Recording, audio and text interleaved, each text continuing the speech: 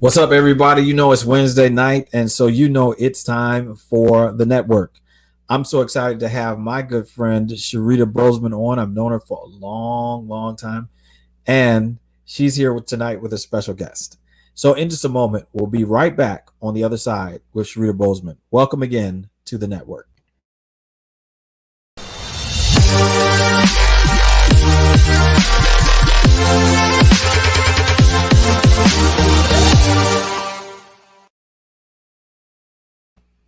Tonight we have Sharita Bozeman tonight joining us. She'll be on in person in just a few minutes, but we are like on the phone, you could say, right now. So Sharita, what's up? What's up? What's up? Hey, how's it going? All Now is well Sharita, over here. Yes. Sharita, every single week we have this thing called the network, and the whole goal is to find connections, to gain community, find community, gain connections, and to help people experience compassion. Tonight, I'm so blessed to talk to my good friend, the one and only Cleveland finest, Sharita Bozeman. And Thanks so much for that. yo, Sharita, so when did we actually meet each other? I mean, can you remember that? Do you remember that? So it had to be the summer before I went to Pine Forge, before high school. We went to high school together. So I think it was the summer prior to me going, That had or to be the maybe, yeah, or maybe the summer before our freshman year, which I did not attend Pine Forge that year, but we met before I actually went there. Yeah, that was a crazy experience. I mean, we went to one of the only four there's four remaining black boarding academies in America, and our school is in Pennsylvania. You notice the colors are green and white one here, right? I see you Uh, giving some honor to the school. we got to give some respect. We got to show some respect. And tonight, Sharita, you one thing I've always appreciated about you, you've always taken a path of life that's been not necessarily different, but it's always been unique. You've always been a traveler and things like that. So could you talk a little bit about travel and some of the places that you've gone and things that you've done? Sure. That's interesting you would say that. I think my mom always tells me of the story of when I was in preschool and they dropped me off and I just turned around and waved and said goodbye and just kept it moving. I never sort of um, I never really felt like I needed to just stay put. And I think that was the same with me going away to a boarding school. I was the one that was really ready to go. My parents weren't quite ready to send me. I think going into my freshman year of college, I tried to convince my parents to allow me to go spend my freshman year in England at a university there, and they said no. So I think that just ignited this desire for me to really travel the world and see what's out there. And honestly, I did a lot of domestic travel through work for years. And then honestly, with I did some personal travel as well. One of my first big trips was to Brazil. And then when I started working for Special Olympics International, it allowed me to really dive into working with a really diverse group of people and serving communities all over the world. So some of the go ahead. No, go ahead. Go ahead. I was gonna say some of the fun places I would say. I think I was telling you earlier that back in 2018 I had a really, really busy summer, and in the month of August I put on a conference. Let's see, I went to probably the end of July, I went to India, to New Delhi, and then flew back to DC for about a week, and then flew over to Abu Dhabi, and then spent about another few days in South Africa to visit a friend, came back for another week, and also went to Israel. So in the month of August, I was in 4 or 5 different countries, and I came back to DC in between. So it was a lot. But yeah, I love traveling and learning about other cultures and seeing how people work, play, and live. And that's what excites me. Yo, so Sharita, I mean, I've noticed that you talked about a lot of exotic places, a lot of unique places around the world. And I also heard you say that you went for 1 week to go to spend time with a friend, and then you came back another week. Um, I just read a statistic that only 42% of Americans have a passport. And I mean, what would you say about global travel and what it does for you as a person? Because I've heard that global travel opens your eyes, it gives you a new perspective. What did it do for you? So I definitely think you have an opportunity to understand and to be empathetic to people in different situations. Sort of being a person in a foreign land, which here in the United States, if you haven't left the country, you sort of don't have an opportunity to experience that. And depending on your community, you may not even meet people from other places in other countries. So I think having the opportunity to actually experience what it feels like to be in a foreign land does create some level of empathy for you, Yeah. and for others. And to be honest, I think it helps make you a more well-rounded individual, and you can kind of see all perspectives of lives and not sort of only focus on what's happening in your bubble, but be exposed to other situations and other things, whether it's geopolitical climates, whether it's how, like I said, people live and how they're socialized, or what education is like overseas. I think there's no education like travel. So I would encourage people, and I always encourage my friends who may not have traveled abroad to really take the time, get that passport, get it going, because you never know what can happen with the way things are moving in this country. If getting a passport will be easy in the future, or what type of boundaries and parameters will be put around that process. Yo, so Sharita, I noticed that you're a healthcare technology manager. What does your work entail? Like, what kind of things do you do for work? So I would say over the last, for the majority of my career, has been focused on improving health outcomes Oh wow, for okay. people. And so my time in my current role at Special Olympics International, in the last, I should say, 4.5 years, I've focused primarily on managing global health programming around the Mhm. world. We have programs in about 190 countries, and I was managing sort of access to care and making sure that our athletes, people with intellectual disabilities, had quality access to quality care. So we worked with ministries of health to make sure that that was happening, and that doctors and nurses and other health practitioners were trained to treat people with intellectual disabilities because of the lack of health care that they were receiving, especially in developing countries. So I would say that currently, like, the work that I'm doing now is really focused on technology. And obviously, with us running into this COVID situation, technology is key. I mean, you see the numbers with Zoom. We've been using Zoom for about 2 years, and Yeah. that is exclusively how we're running business now. And I've been doing some work with Zoom Health to see how we can move some of our health screenings virtually.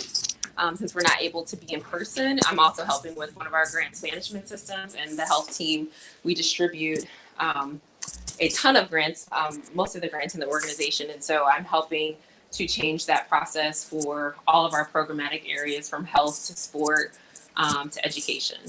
Yo, so hold up, Sharita. You talked about Zoom Health, and you're talking about doing uh, health Screening? health interventions and screening Yes. online. Could you talk a little bit about that? Because I think that's really cool. Tonight we're talking to Sharita Bozeman. She is a healthcare technology manager, and she just talked about something that's a game changer. Everybody's using Zoom or Teams or whatever other platform, Google Meetup or whatever it is, to meet together. But you just talked about Zoom and healthcare. Could you talk a little bit about that and how we could learn about that? You just said the word grants, so I'm curious about that as well. Yeah, so, and I should say this by saying that we're still sort of in the exploratory phase. We have some programs that are being piloted for some of our healthcare interventions. I know we have a emotional, social and emotional well-being program called Strong Minds, and that's actually being delivered virtually. Mm. Um, and my colleague is working on that. I actually just did a meditation for about 300 staff and programs and families for our organization a couple weeks ago on a Zoom call, our Zoom forum that we have bi-weekly.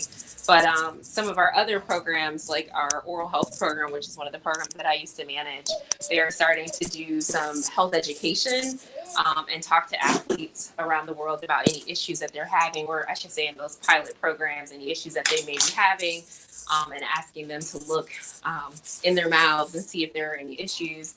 So that way they can use that information to improve their oral health.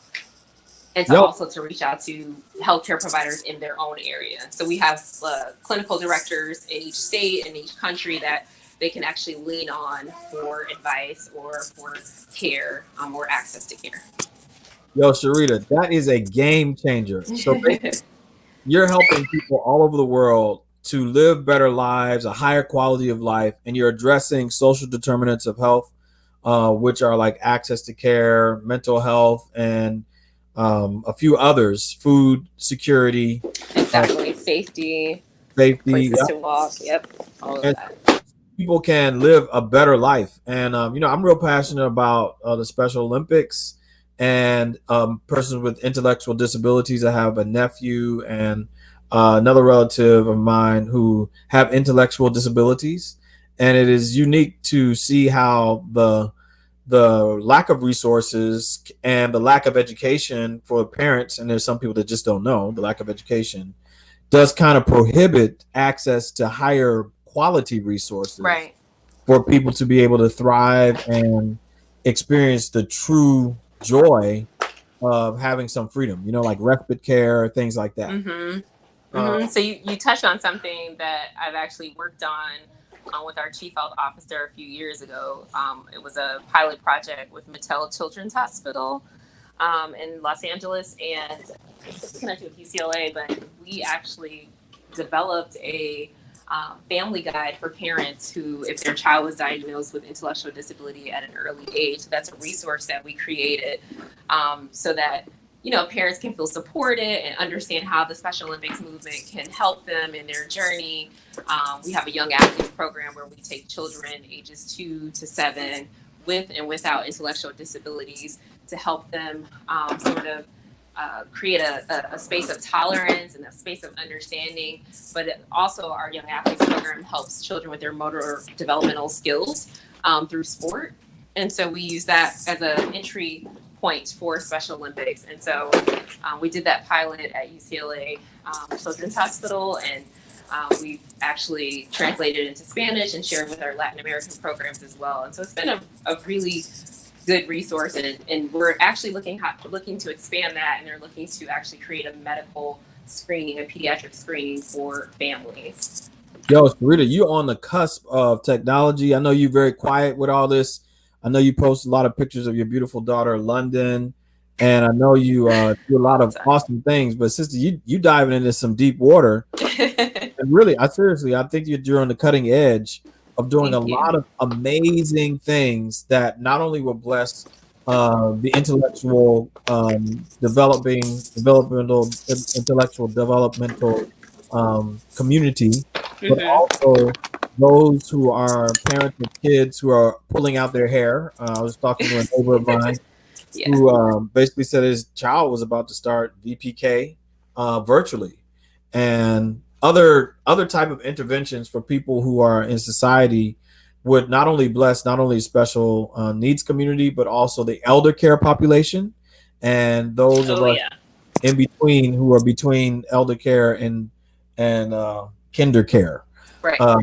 So Sharita, so how do you balance all of this? I mean, you've got a lot going on. You got a job. You on Zoom and Teams every day, like all of us.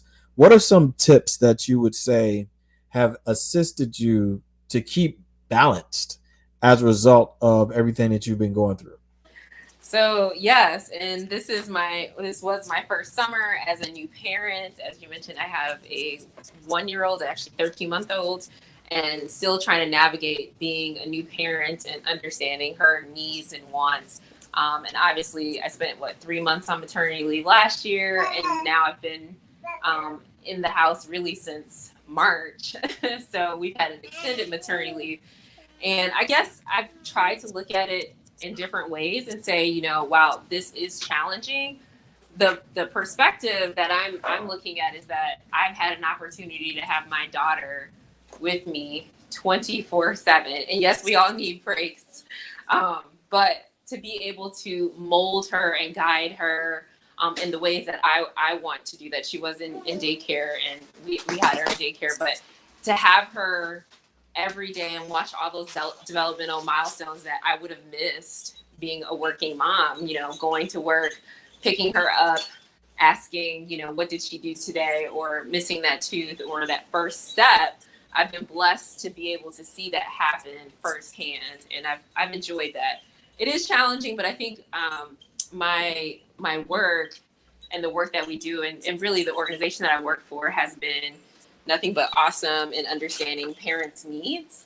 And so even though, Friday I had about 4 different meetings back to back, if that means my camera's not on, then, my camera's not on, but it's been challenging, but it has also been a blessing. So I try to look at both sides of the situation. And I would say, as a parent, you just have to give yourself grace that everything is not going to be perfect.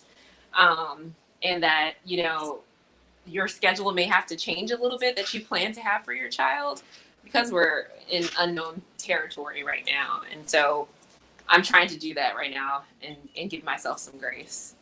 Yo, I think you gave a great summation of what it's like to be a parent right now, trying to figure it out, balancing life, work, and career. We're talking to Sharita Bozeman, who is a global health technology manager who assists people around the world and really is doing some phenomenal work. Now, I know that being a parent can be challenging. I mean, we're blessed with 2 kids, beautiful wife, my beautiful wife and me. Yes. And it's 20 years for us that we've Wow. been together, believe it or not. And Sharita, I mean, all right, so you got life, you got work, but then there's also the grief moments, the difficult moments where you end up dealing with tragedy, both in society, but also personally, up close and personal. We all have family members who may have died or may have been very ill during this time, and we can't get to them. What's that been like for you? Oh, it has been difficult. I think that's been one of the number one challenges with COVID, not being able to see your loved ones like you would want to, and not being able to provide support to your family members like you would want to. And I think that has been challenging for my family, with the loss of our cousin, Chad.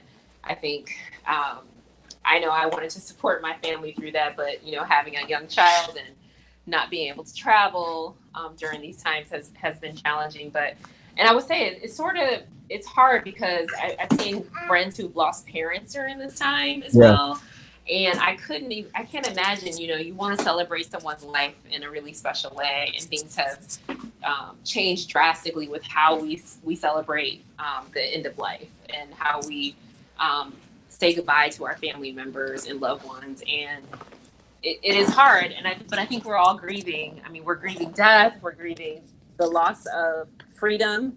We're grieving this political space that we're in right now. We're grieving the freedom to be able to, go to the store and just do normal life activities. And so I think grieving has been very different in this time period. I think because we're dealing with something we've never dealt with before. And again, I think you've got to look at different perspectives and see where we are. We've lost so many Americans in this crisis. We've lost so many people worldwide that we're all grieving. And though some deaths may be more shocking than others and have more social impact, we all are suffering some level of a loss. Yo, Sharita, I think that you hit it right out of the park again by just sharing the fact that the grief that we experience is larger and wider than what we just may think of it as just something kind of normative, as just a death of a person. But it's really big. I mean, just like you named, politically, some people emotionally, some people work. And I think the older I get, I grieve the fact that I can't do stuff the way I used to do it. Like I can't run like I used to. It's just not my thing anymore. Right. But I can't do it like I used to. You wake up and you hear yourself getting out of the bed as opposed to just this emerging out of the bed. There's a lot of different things that happen. You tapped on the fact that sometimes when these losses are like real personal, you can't support your loved ones. But the other thing is, like, Sharita, we can't even support our classmates if something happened to one of our classmates. You know what I'm saying? That's been the hard part for me. Right. yeah, I mean, it's challenging, and I think things are going to change drastically for us in, the near future, and how we're supporting friends and families through these times, for sure. Yo, Sharita, I want to talk to you a little bit more about how people can get involved in not only Special Olympics, but also maybe some resources. And we'll talk about that on the other side of the break. We'll be right back. We're talking with Sharita Bozeman, who's a global health technology manager, and we'll be right back after these messages. Our fight against coronavirus isn't over. We still have to slow the spread and do our part. Let's wear face masks in public. Stay 6 feet or more from others. Follow state and local guidelines. Wash our hands frequently and stay home when we feel safe. For ourselves, for our loved ones, for our future. Let's move forward together. Learn more at coronavirus.gov. Shout out to the Hip Hop Public Health. All the healthcare workers on the front line. Together, we can make a difference. What's good, y'all? This is Doug E. Fresh coming at you live and direct. All of y'all out there, I got a couple of things I want to talk to y'all about. Wash your hands, everybody. And everybody, wash your hands. 20 seconds. Come on, wash your hands, everybody. And everybody, wash your hands. My people uptown, wash your hands. My people downtown, wash your hands. People from the East Coast, wash your hands. People from the West Coast, wash your hands. That's right. First and foremost, please listen close. Take your time, wash. Use a lot of soap from the front to the back, back to the front. Sing the hook where you at. That's exactly what we want. If you decide to leave, please take heed. Talk a social distance, at least 6 feet. On a bus or the train, riding in your car. The further you're away, then the better off you are. 20 seconds or more. You gotta be able to wash your hands like you never ever washed them before. 20 seconds or more. Try to wait, you'll make the greatest mistake. You need to wash them when you enter the door. 20 seconds or more. Take your time, sing a song, spit a rhyme. When you're finished, you can put on some gloves. 20 seconds or more. It's very important to wash your hands. You're protecting everybody you love. Wash your hands, everybody. And everybody, wash your hands. 20 seconds. Come on, wash your hands, everybody. And everybody, wash your hands. People from the Midwest, wash your hands.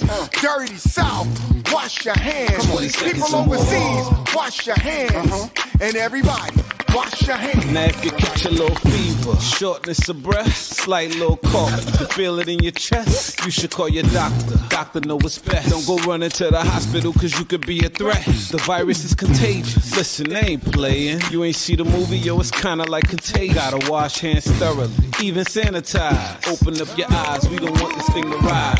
Coronavirus. Don't you get it? Don't you get it? Can't you see? Can't you see? We are living in a state of emergency. So wash your hands, save a life, it's only right. And no matter what you're going through, together we can make it right.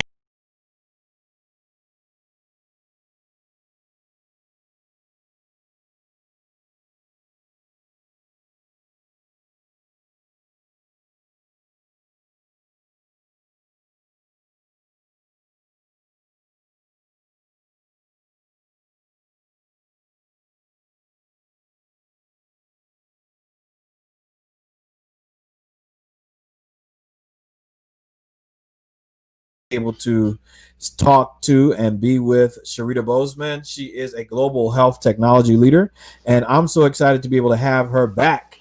And we're back together here on the network. Sharita, we were just talking about grief and the fact that everybody grieves differently. Everybody has a different challenge when it comes to grief, but we all grieve in some different things. The issues, the reality, but also the fact that things are not changing at the moment. Right. And I wanted to know if you could give some suggestions, some websites, or some helpful hints to a parent or a supporter of someone who may have intellectual disabilities or otherwise that you have found helpful in addition to the Special Olympics. I would say SpecialOlympics.org. You can check out our resources. There are resources for parents to learn more about the Young Athletes Program, which I mentioned. Also, our inclusive health team and the work that we do, as well as sports and education, because Special Olympics is not only about sports, but it's also about the inclusion revolution and making sure that all people are included and feel included. And also education. We're focused on making sure that people with intellectual disabilities are being treated fairly in schools, and really creating that community of tolerance. And in terms of websites for parents and families, I mean, hey, I think Julian, your show right here seems like a great opportunity for people to get some resources in terms of compassion and sort of finding things that are making those connections with people who are in similar situations. So no specific resources. I can think of some books, and I can share with you to share with your followers. Yeah. What is there one book that comes to mind at the moment? Okay, I will say, and I don't know how I forgot about this one, Anxious for Nothing During These Times. That's probably a really good book by Max Lucado. I believe that's how you say his last name. But it was a book that my mom and I were reading together just during these times, helping us to, again, I work in the public health space.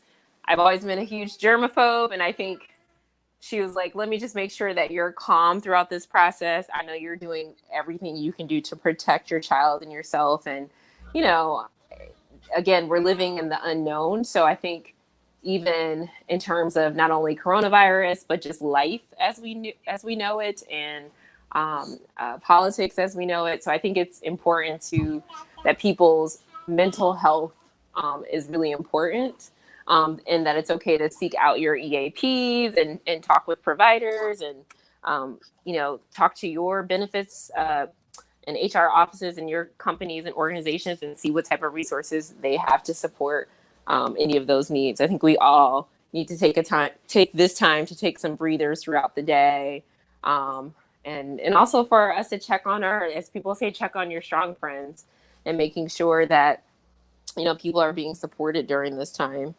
I think we have more time than we've ever had before. So calling someone and checking up on them is really important as well. And we should use our networks for support. Yo, Sharita, you said a word about checking on your strong friends. I like yes. that because people think that people who look like they have it all together, they could be going through a lot, and they may not say it. Yeah. But it may be eating them up on the inside. Oh yeah. And I think that a lot of people kind of take that for granted. What kind of things are you doing with your friends to kind of stay active and engaged with each other despite distance or time or things like that? Honestly, getting outside. Okay.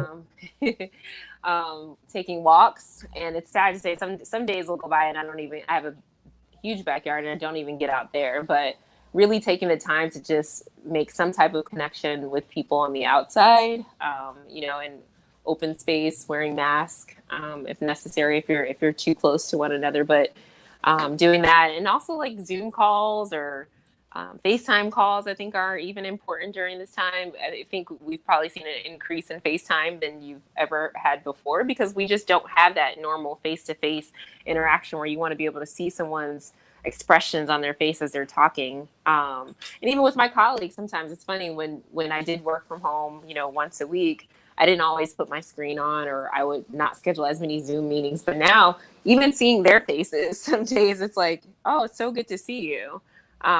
Just because we're in this new working environment and not seeing people on a day-to-day basis. No, I think that you're right. I think it does make a difference. Where I work in a hospital every day. So basically I'm getting used to seeing people's eyebrows. Exactly. Having to read forehead expressions. Uh-huh.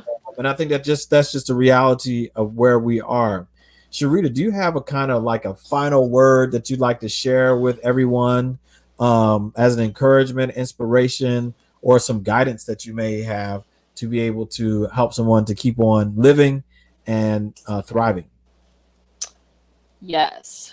I will say there was something that my cousin said, actually, Chad mentioned, and it's part of a quote.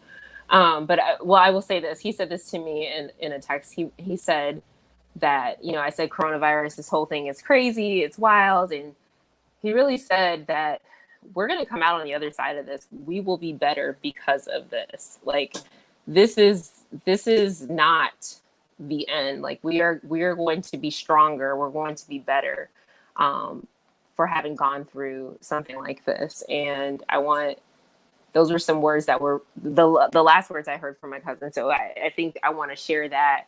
And I want people to really feel encouraged during this time, and really find your purpose as well. I think now more than ever is a time of reflection and a time to think about what's really important in life, and really just find your purpose. Well, you heard it here from Sharita, and you also heard it from Sharita's cousin Chadwick. God rest his soul, rest in peace. We will be better because of the coronavirus, and we will be stronger and better as we go through this together. So thank you so much, Sharita. You can always find me at www.builttothrive.me. If you go to builttothrive.me/free, you will find some great tips, tools, and resources to be able to assist you and your loved ones going through grief moments. There is a handout called How to Thrive Through Loss, and I want to share this with you for free. Please just sign up, and I want to give you information, and you'll get tips, tricks, insights, and books, just like Sharita was talking about tonight, Anxious for Nothing by Max Lucado. Well, thank you, Sharita, for your time. Thank you, Miss London. This was awesome. She was good. She was good. Let's see her. Come on, bring her on. Bring her on. Okay, London.